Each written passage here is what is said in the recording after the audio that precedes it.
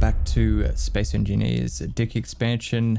I think I've lost some footage. Because I swear I recorded some of this build, and I just went to go find it so I could see what I had already shown you guys, and I can't find any of it. So yeah, that's a shame. You haven't really missed out on a great deal. The major thing is this bulbous thing we've got on the back end here. And you missed out on me spending hours bloody designing the bottom of the landing pads, which I think turned out pretty good. I'm quite happy with the design. Looks a little bit more beefy. And yeah, I didn't have a great deal of room to play with because the thruster nacelle comes right up to this blast door edge. So these ones here are half blocks. And yeah, anything further than that and it would have been scraping up at the side. But yeah, it's pretty good. A nice little happy accident is the fact that these two white stripes line up perfectly. That was pure coincidence. I didn't plan for that. Yeah, it came up good. And then I was playing around with these things, trying to get some detail in. So I just put in they're the curved armored blocks, and then I just put some mesh over the front just to, I don't know, try and give it a little bit more detail. Oh, actually, one thing I had thought of. Let's just open this up a little bit. Because I completely forgot the hydrogen engines. I need my toolbar for this. Like, we got no backup power. Yeah, so it's not like, it's not a huge amount of detail, but it just adds just a little bit. And I think that's all it really needs, is just something like that. And they're actually functional, so they will actually help us out. Welcome back, guys. So I am in the middle of redesigning the engineering section. Purely because I forgot that I wanted to fit in a couple of jump drives in here as well. Seeing as this is going to be traveling, you know, to faraway planets, I don't want to have to fly there. I want to jump there. So I have I've rearranged these thruster pods that I had underneath here to this sort of a layout, which actually mimics the front of the nacelles. So I think that'll tie that in really nicely. So that's what it's going to look like on this side as well. And then I've got two cargo containers, but cargo containers are not airtight, so I need to seal that off. And I also need to refit my refineries in here somewhere, and also the jump drives. And the jump drives are pretty big. They are 2 by 3 by 3. But from what I can tell, they are airtight, so I can use these to seal off sections. The only problem with doing that is on certain angles you can see a gap through them. So I'd rather not use them as a an airtight block. I mean, it's not terrible, but it's not that great either. Let's see what it looks like with the landing pad down. I have to move these first. I still haven't done that safety feature yet, which I should probably do, because this would be the most likely time that I do a mistake like that. opening something when something else is closed is while I'm trying to build it. It's actually quite nice. I'm curious.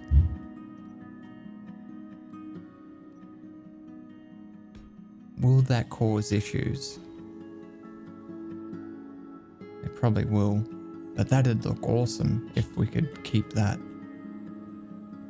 Anyway, I hope you're enjoying the build.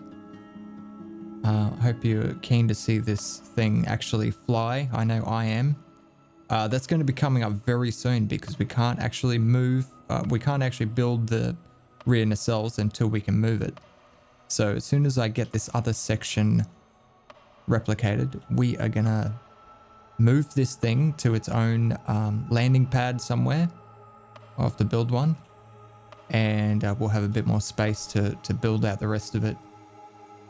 Welcome back, guys. Okay, so I was going to end the episode there while I replicated the rear section onto the other side. But this is the 4th episode where all we've done is built this thing, and you guys are probably getting sick of it. I'm still loving it, so go and get fucked. But I thought I would treat you with maybe flying this thing, because currently I can't continue until we move this thing, because, well, just wait for the lag there. Jesus Christ. Yeah, I can't go any further with this until we move it. So that's how she's looking now. Yeah, with it replicated on the other side, it looks really, really good. Underneath here looks mean. Yeah, and that landing gear's in the way. So what I've done is I've put another one down here. I drilled out the dirt there to fit it in. So that should be low enough that it won't interfere with these things, because we don't have the landing gear on these as of yet. Which is something else I need to work on. Oh, something I keep forgetting about that we need to add is all the ejectors. Because this thing's going to be picking up a lot of stone, we need to eject all that stone. And I keep just expanding the ship and not adding it. So don't let me forget about that. So I've been using the tugger to transport ice over here. And we can...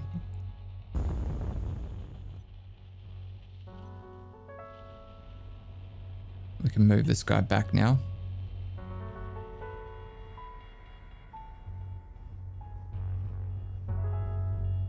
Although I guess technically we could have flown with it on. But if I'm going to lose one ship, I'd rather not lose both of them in the process.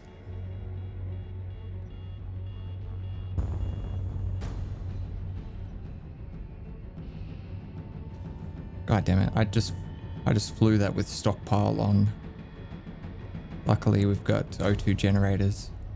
Okay, so this is the landing pad I'm going to attach to. Hopefully it's big enough. I might have actually underestimated how big this thing is.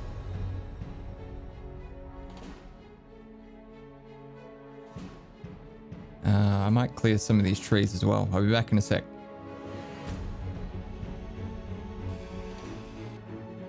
Okay. Yeah, hopefully that's all right.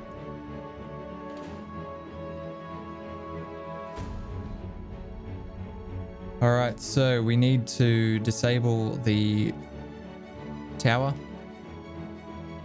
I'll let that run. We need to fold up the landing pads. Well, technically we don't have to, because we've done such a good job of making sure everything is locked in either position, but it would just make me feel better if they were in the upright position. We're not going to be moving the nacelles.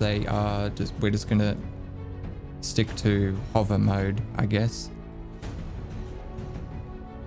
Toggle the thrusters, toggle the gyros,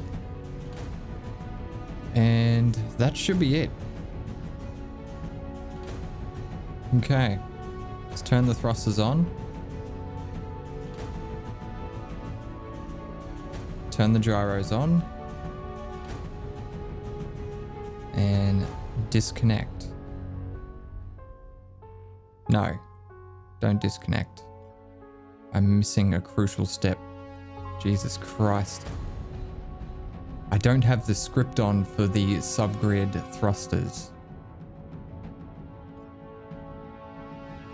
Okay, so this is going to be whips, rotor, thruster.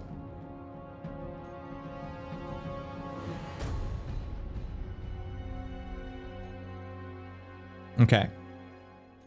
Don't need to do any settings for that. Just going to do that.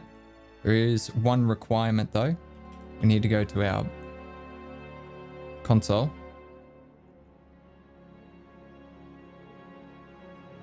And put in the word reference.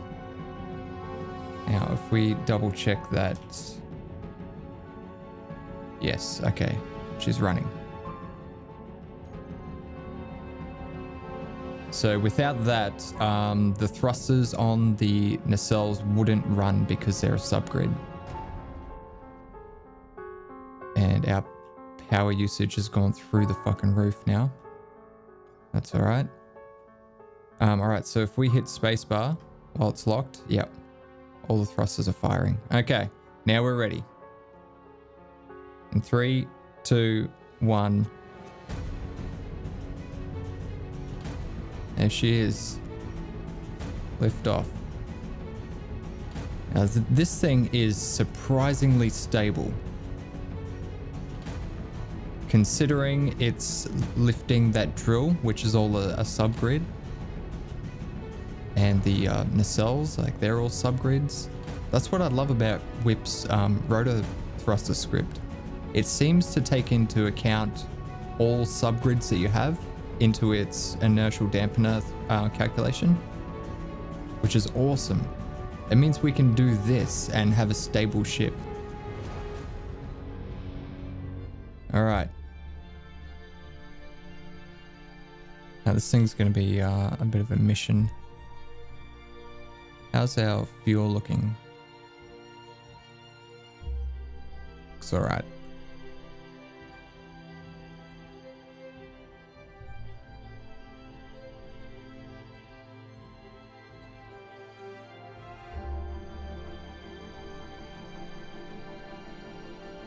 It, in case you're wondering, it flies like a big ship. So moving the mouse, it doesn't do a great deal. And it's sort of like it keeps its momentum. So you need to like counter steer to sort of catch it, to stop it.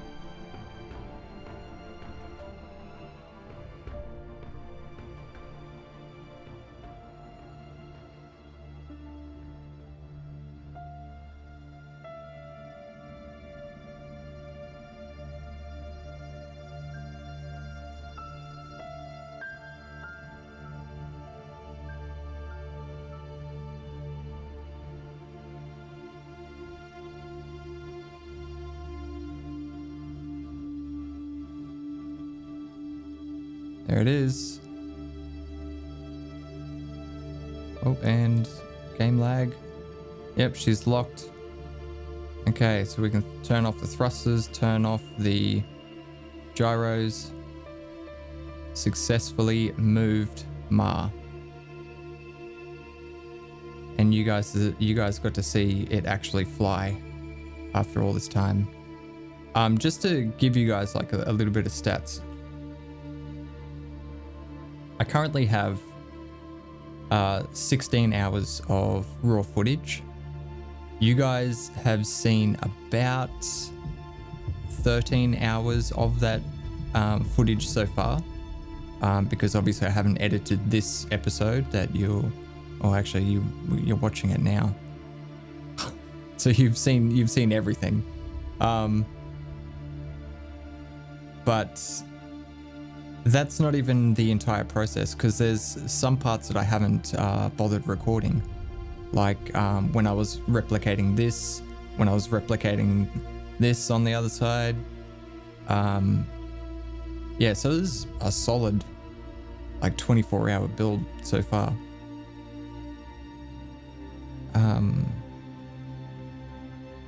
But it's awesome. I fucking love it. Now that it's like, you know, it's getting close to being finished, I can see the shape and everything, and it's all coming together. I'm really loving it. I can't wait to get it out and get it to do its job. But on that note, I am going to leave it here because I need to play around with a few ideas of how I can get the nacelles to work the way I want them. And then I will bring you guys back for the final build video of the MAR.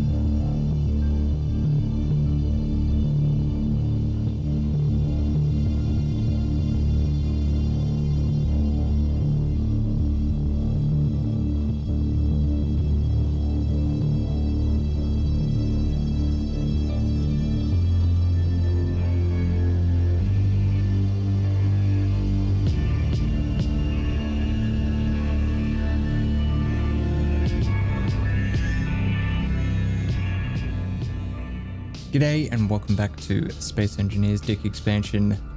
It's done. Well, close enough, I think. Wow. All right. So I'm gonna take you on a quick tour of the ship because I've added a lot of features that I want to show you, and then we will take it out to the lake because we need to fill this thing up with fuel. So let's get over to it. There is a couple of main entrances so you can get in. There's the bottom door down here. There is a depressurization button there as well for the cockpit. There is also a hangar at the back with there's an entrance on the other side as well. And there's also a depressurization button for the hangar as well. And that's probably my game saving. All right, so let's run that and we'll just wait 5 seconds or so for it to depressurize the cabin. Not that it really matters on Earth, but I'm trying to get myself in the habit. Okay, so all the doors have auto close sensors, and in rooms like this where it needs to be repressurized, it automatically does that as well. So there's a depressurize button whenever you're exiting the craft, so you don't waste oxygen basically. All right, so this is the drill control room. We've got various information that gets displayed, and I actually wrote a script to display the text dynamically as well. And when I say I wrote a script, I mean I hacked someone else's script to make it do what I wanted to do. So I don't know if Infal still watches, but he's responsible for a number of scripts that I use, and I basically grabbed his piston control script and hacked at it to get it to dynamically change text and the text color, text size, depending on an argument that you run. So whenever we do anything, like we have controls here to raise and lower the solar tower, it'll say, actually, may as well just do it. So it says raising solar tower, and I've used his light changer as well. So it's now lifting up.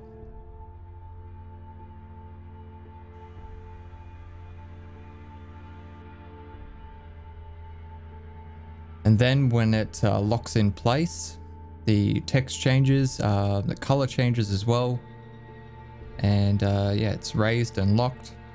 There's a number of safety features as well. So for instance, you cannot rotate the thruster nacelles when there is a landing gear, when the landing pads are unfolded, things like that. You can't fold down the solar tower until the drill is down.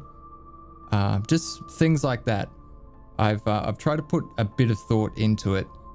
So if I accidentally press a button and I haven't opened something else or something like that, I don't want to do any damage. So I'm hoping that's going to be sufficient. Okay, so then we've got the next section, which is enabling and disabling the solar tracking, and that's what this information here is. And when it's resetting, because we can't close it until it's fully reset, it'll say when it's reset. And then we have drill rig, so that's the lifting mechanism. Just some cargo stats so we can see how much stuff we've drilled out. This panel here will show when we're actually drilling. And then if the cargo gets too full, it'll pause it and it'll stop the pistons, stop the drills. Then we got the drill head itself, so that's the spinning mechanism. Drill extension, that's like drilling down into the ground. And then the drill arms are the expansion of the drill head. And these are all the controls there for that. All right. And then, yeah, up to the main flight deck, we've got hydrogen, just the, how much hydrogen we've got, how much oxygen we've got, our power usage. I've tried to keep everything as simple as possible. So the cockpit doesn't have a lot of controls. We've got landing gear, a camera, and then thrusters and gyros. So that's the camera, that's to help with landing, because it's very difficult to get a view on the landing gear itself. And before we continue on, I'm just going to lower this down.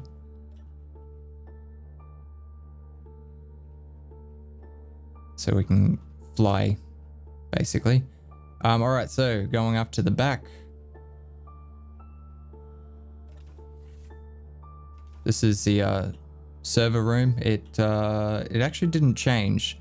The only thing I did is I've added the depressurization buttons. And there's also one on the outside of all the doors as well. If we go into engineering, this changed quite a bit, but I'm happy with this layout. It looks a lot better. So various information being displayed of like power usage and how much materials we have. And then finally into a hangar, which I originally wasn't going to do, but it just made a lot of sense, because when we take this thing out for the first time, we're going to another planet. I need to leave it there and get back somehow. So I thought if we had enough room to store a ship in here, we could take a ship back. So yeah, and we've got it's got these cool windows here, and there's glass on the other side as well, so this will stay pressurized even if we open these windows. I think it's this one. Yeah. We can close those up.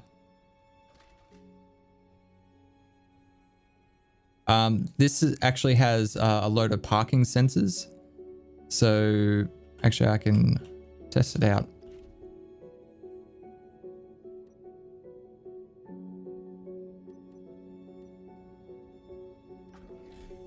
So the lights will turn off and windows will shut and everything. The hangar door opens up so we can see all the lights basically, because the lights are how you get guided in. But we're just going to go back here. So you can see the red light at the bottom is on. So that means I'm getting a little bit too low. So we can lift up. And you can see there, if we're too high, the light will shine on the top there. Yeah, so that's pretty cool. And then I've got arrows to indicate like if we're too far off to the side. So essentially you want to have both green lights and the red light on at the bottom for docking. There we go. And as soon as you lock up, the hangar door shuts, windows open back up, lights turn back on. Pretty cool. I like it.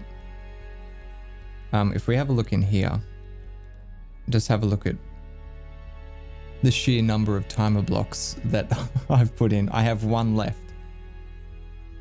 I think there's close to 50 timer blocks. So I did have to add more. But anyway, enough talking. Let's take her out for her first voyage. All right, so landing pads are up. Solar tower is down. I think we're good to go. Turn the gyros on, turn the thrusters on.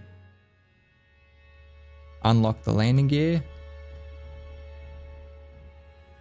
And then we can raise them up as well, so they go up into the nacelles.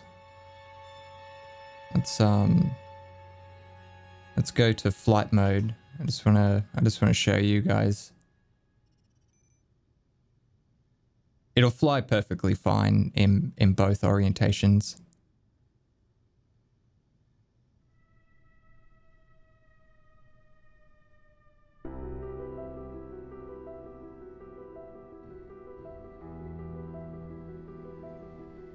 All right.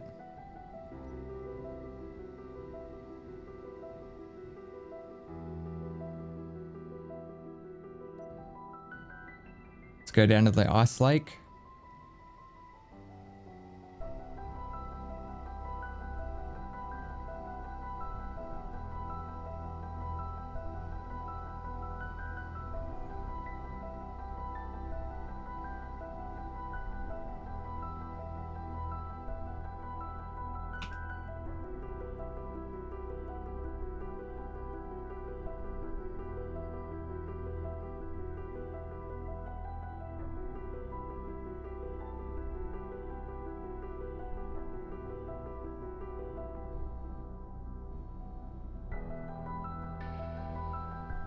I love this thing. This is so cool. Now it's not fully finished. I wanted to do another, like a third leg, a third landing gear out the back somewhere, because it looks very weird when it's landed on the ground, because there's only landing gear on the front. But I didn't know how to fit it in, and like I've spent like the last 48 hours trying to get this done. I just wanted to get it done so I could continue on with the series.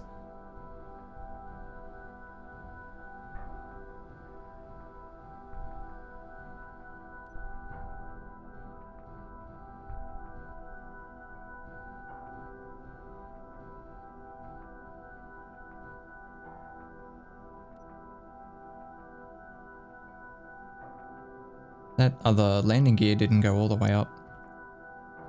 That's odd.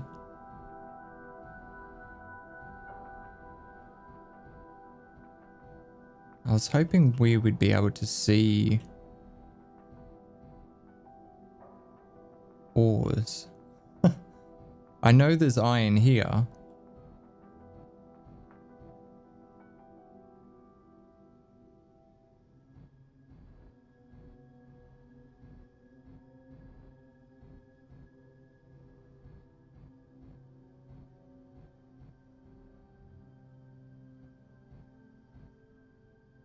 There we go.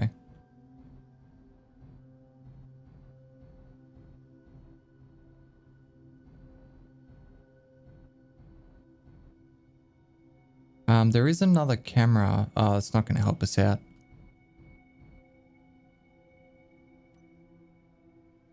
I think this one would actually be better for lining it up.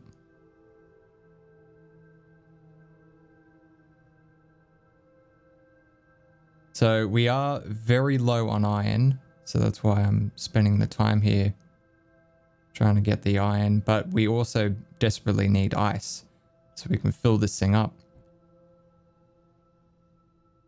My God, this thing is so... like it handles like a big ship.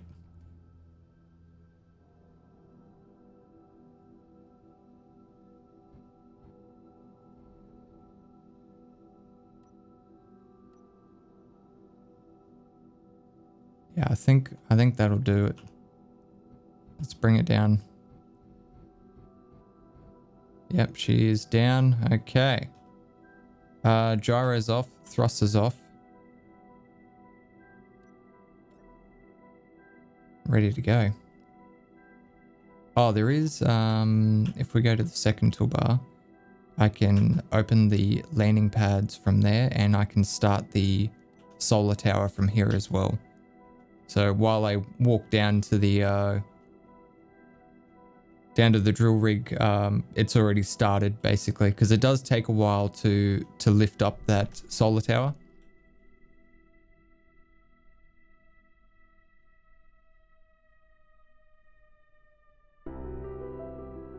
Yeah, so that's what I mean. It's it looks very odd when it's landed because there's nothing at the back holding it up. I didn't know how to fit it in because otherwise it's like if I go from right at the very back, there's going to be a massive,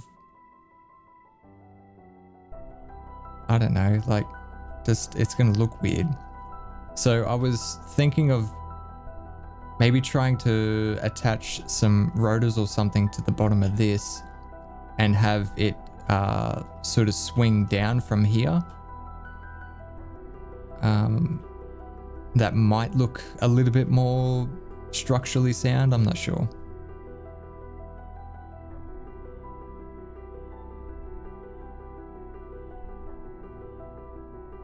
So how did we do? Yeah, it doesn't look too bad. I think we're pretty close.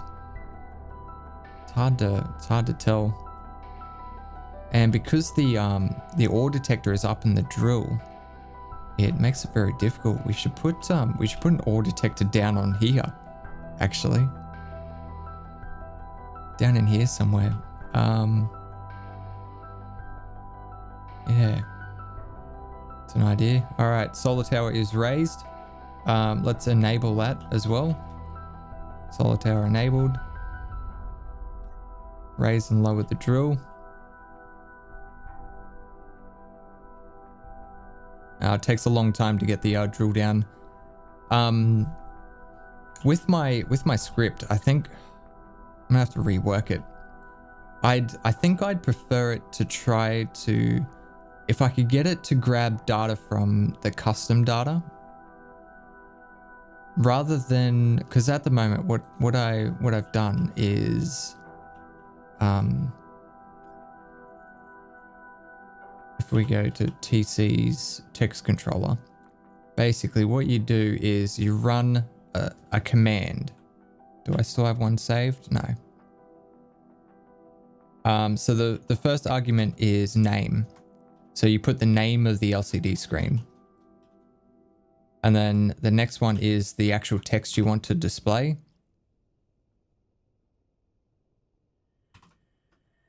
Then you can change the size. This is an optional thing. And then next you have to do the color, and the color, I couldn't work out how to pass it properly. So it's doing, I do 3 separate arguments. So one for red, one for green, and one for blue. And I don't really like that because it's kind of clunky. I would like to do it in a way where we could just go color and do it like that. That'd be good.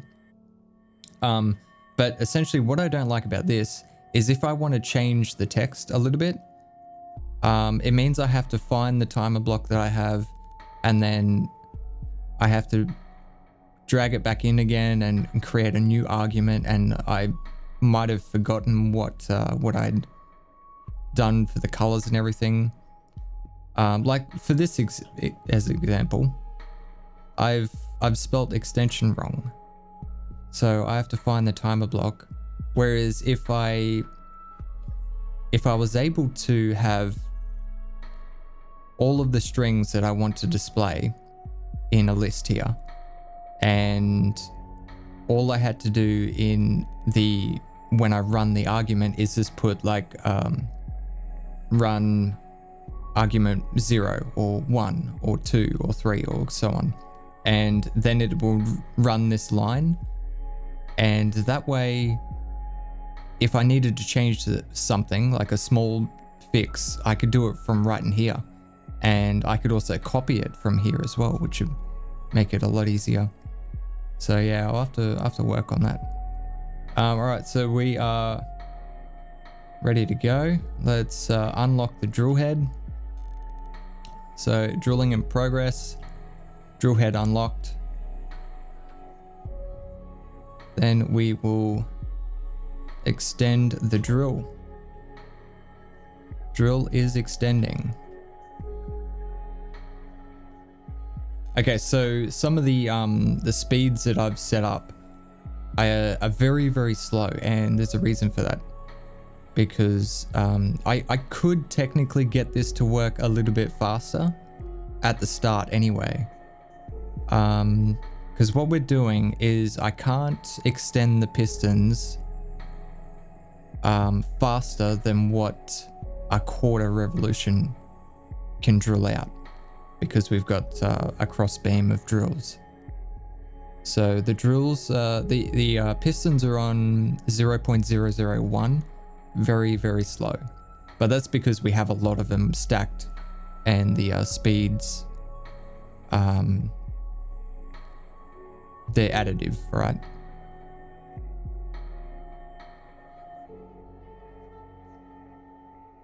But yeah, technically I could have this rotating faster, and that would allow me to extend the drills faster. The only problem with that is when it comes to extending the drill arms, their speed relative to the drill head is going to increase because they're extending out further and further. So I need to make sure that the rotation speed of the drill head is slow enough that even if the drill arms are at full length, they won't get caught. So that's why I have the drill head spinning at 0.2, because that's what I've tested to be good, even at full extension. But yeah, it's going to be slow. I mean, this thing's it's meant to be slow. Basically, you just you start it up and then you leave it. That was the whole idea of it.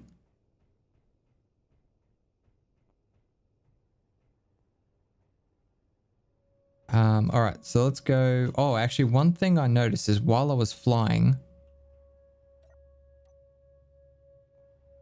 yeah, they disappear because I have this,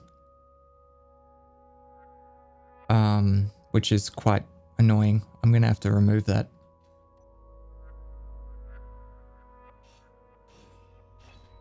So I was trying to save on some performance because with the power graph, you can actually trigger it so they only turn on and update when a player is nearby. So, for instance, these ones back in the engineering room have turned off because we're not in that vicinity, which helps with performance and stuff. But I didn't realize that when you enter a cockpit, you technically disappear. So, oh yeah, I'll have to remove that because I need to be able to see these while I'm flying. Yeah, so I redesigned this a little bit because we used to have a really big window here. But realistically, we don't really need to see a great deal out of this window. We mainly rely on the information displayed, and it'd just be nice to just be able to see the drill head.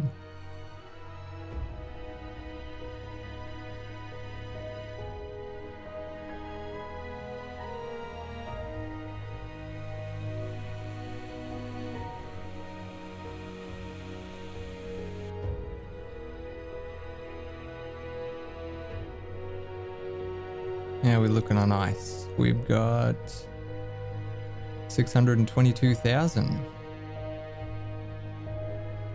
Alright, so how's our power looking now? Now that all the O2 generators are running? Yep, we're burning through everything. Hydrogen's looking good though.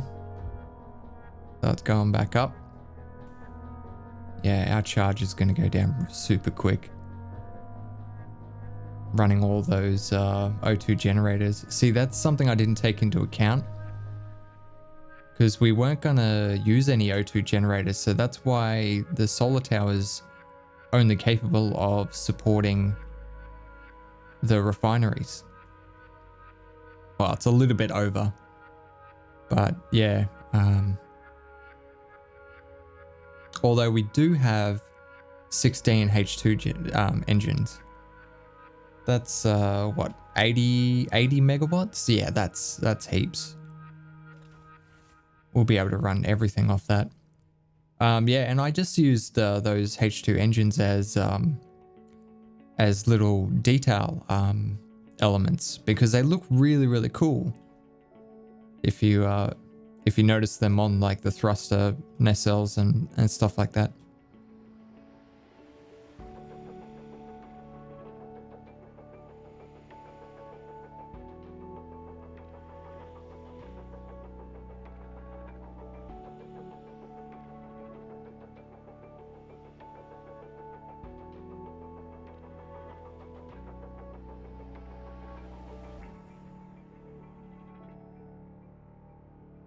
So there's not a lot of lights on the outside of the ship. I didn't really know what to do with that. I mainly just put lights where we need them. So they're all on the drill head, on the drill arms, that type of thing. And then inside, of course. I did put some warning lights up. So the top of the...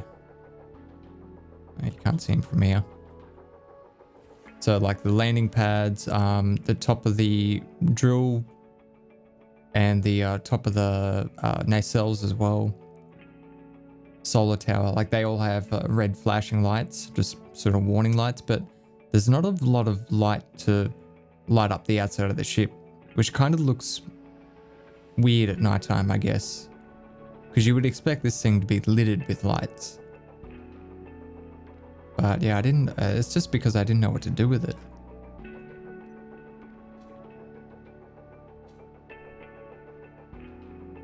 Alright, let's go down and have a look.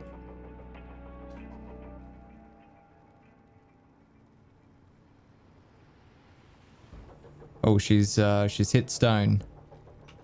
Where's that iron? Let's go down and have a look. Still about 18 meters below us. And we are off a little bit.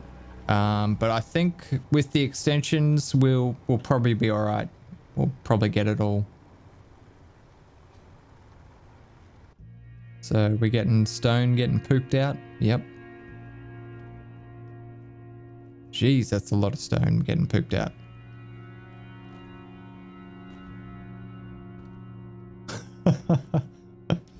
Literally looks like it's just having a dump. Yeah, unfortunately, if you don't have hydrogen, you can't get back into the ship. So, I guess it's kind of bad. Yeah, she's looking good now. Nice big gaping hole. Oh, look at that hydrogen. 26 million liters out of 190 million. Oh, that was one thing I wanted to do as well, is I wanted to put a hydrogen tank attached to the main body of the ship. Purely so I could see some sort of a hydrogen readout on the bottom right hand side. Because I would expect them to all equalize. Actually, they might not. They might not equalize. It might fill up one at a time, in which case that would be useless. No, it looks like they're all equalized. So if we had one tank attached to the main body, it would also save 14%. And then at least I would get 14% down there. And I would know that we have 14% of our 190 million storage capacity.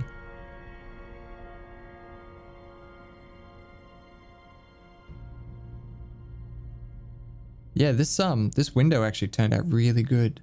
We can see straight down there. Oh yeah, there's a camera attached to the drill head as well. There she is. Yeah, it's not very useful. One thing I did want to do though. Actually, I might remove that. I might remove that camera, and I think it would be a lot more useful on the side of one of these pistons, so we can see the wall, and then that way we know when to stop the extension and start pushing out the arms. So let's grind that down. So yeah, it doesn't matter which piston it's on, just one of them. And then as the piston head is rotating, we'll be able to watch.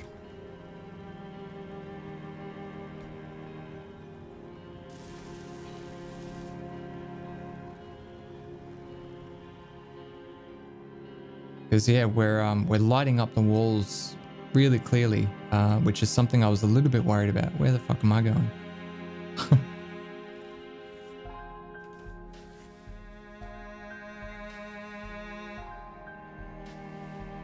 And unfortunately, you can't just like put like view camera from a button. You need to be sitting in a cockpit to do it.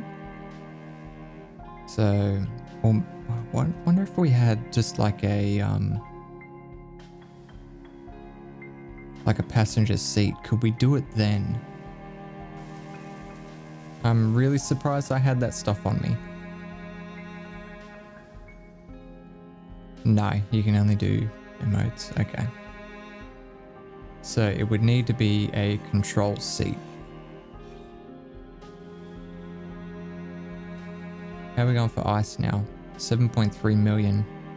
We've used half of our storage. Okay, well, I'm not going to bother expanding on the ice wall, which is what I originally intended to do, because it looks like our H2O2 generators are not keeping up with that anyway. So we'll let them burn through that ice, and it looks like we're starting to get iron. Okay. Yeah, that's a great view. We can see the drills, so we know where it is exactly.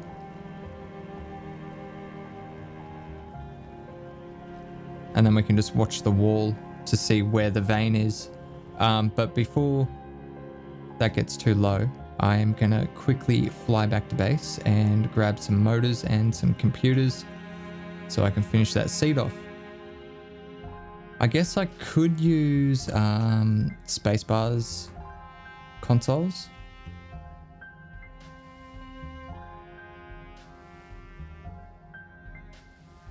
Where's the corner one? That might actually look pretty good in the corner. And I think it's just the same components. So let's do that rather than having this control seat. It's honestly just so we can use the camera. Might actually be beneficial to have more than one camera. If we were to have a camera on each arm, that way we'd be able to cycle through them all and spot the ore quicker. Because at this rate, we might actually drop down below. I'm not sure if we'd actually go past it, but we might have to backtrack a bit. And I really don't want to do that. I want to avoid having to raise the piston up to get back in line with the vein. There we go. So we've uncovered the vein now. So you can see how it runs horizontal. Now, I'm not sure if this is true on other planets or like the moon or whatever, but definitely on Earth, it seems like all the ore deposits are sort of horizontal like this, where you can drill down and then across. I'd assume it's different for asteroids. Asteroids would probably be more spherical shaped. All right, so now we can flick through the different cameras.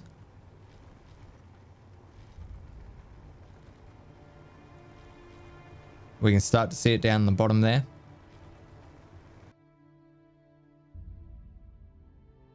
Yeah, so I'm not sure how we'd be able to automate this process here, because like the way this needs to work is we need to drill down to where the ore is and then stop the extensions.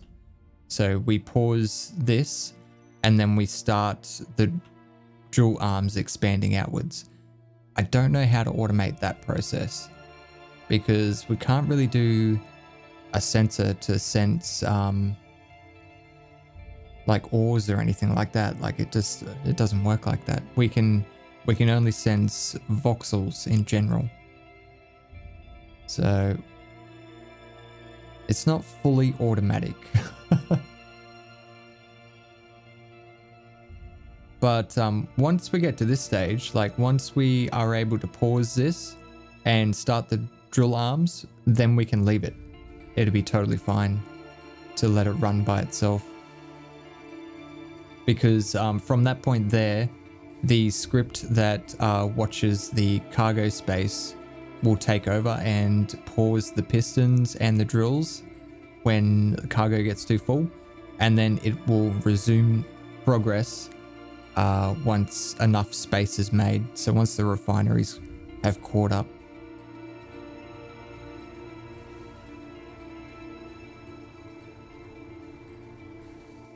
All right, that looks pretty good, I think.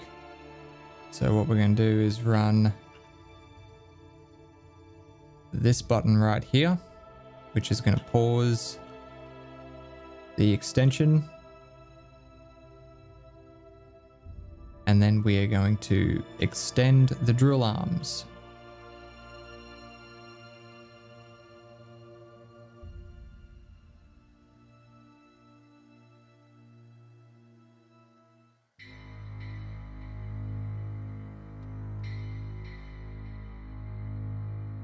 All right, 84%.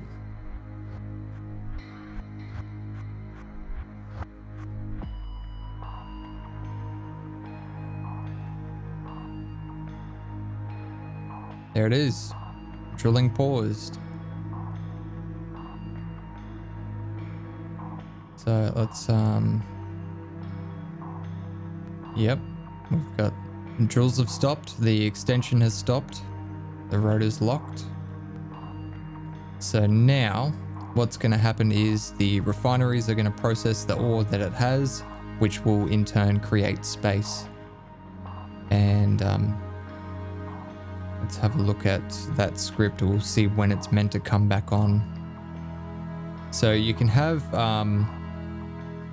there's 2 percentages, one for a warning and one for a max. And on each of those, you can have 2 timer blocks. So you can have one for when the warning, like when it goes over the warning and when it drops below it, and when it goes over max and when it drops below max. So what I've got it set up on is when it goes below warning, it resumes drilling. When it goes over maximum, it stops drilling. So the warning is 75%. So that way, if I had it both set up on the max, what would happen is it would reach 85% stop, and then it would process a little bit, which will drop it below 85, and then it'd start drilling again, then it'd stop. And it just, if we let it go all the way down to 75%, we don't need to stop and start constantly. It'll create like a nice big window for us to drill in. Yeah, cool. So now we're just waiting to process all this ore.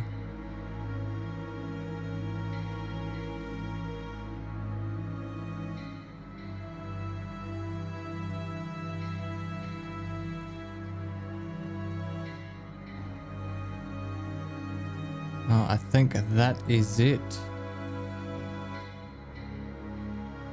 We got back up to 80.8%.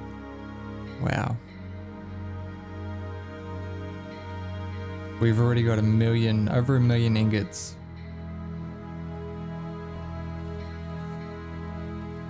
Alright, so that is the arms fully extended now. I just want to check their impulse settings because I heard them stuttering. And I'm not sure if maybe these are extending a little bit too quickly.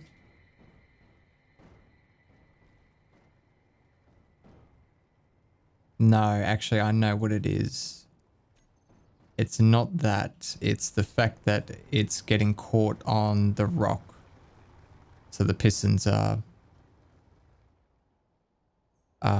they're struggling. But if I increase the impulse, it means the next weakest link is this bit of armor. So I can't do anything about that until I maybe think of a new mechanism for lining up the rotor to lock it. But as it was, like it took me a while to come up with this design.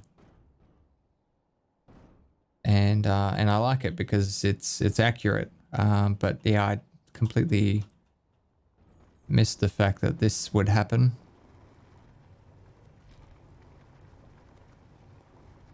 I think I just got an idea. Okay, so instead of having anything up the top here at all I'd have to do is push this sensor out 1 block.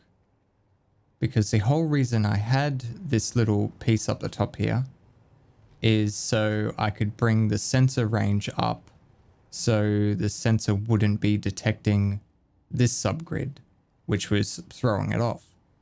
But if I could push that sensor out 1 block, even if I extend the range down further, it won't actually touch this subgrid here. So I could actually use this as the marker.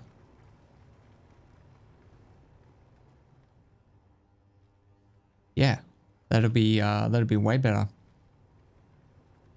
And then there won't be any chance at all of it of anything scraping up against this. So yeah, that'll be good. Does mean I have to reset up this though, which is a pain in the dick.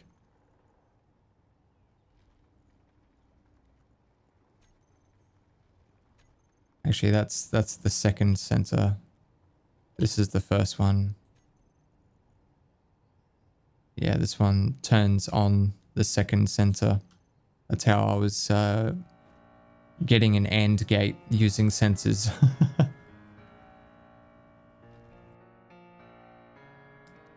All right, so that is the Ma. Now, if Mother DIC sends in a request to take one of these off my hands, she can go and get fucked. All right, straight up. There's no way in the world I'm giving her this. This is mine. All right. So that is going to be it for this episode, guys. I hope you enjoyed it. As always, don't forget to lead your targets, and I will see you next time.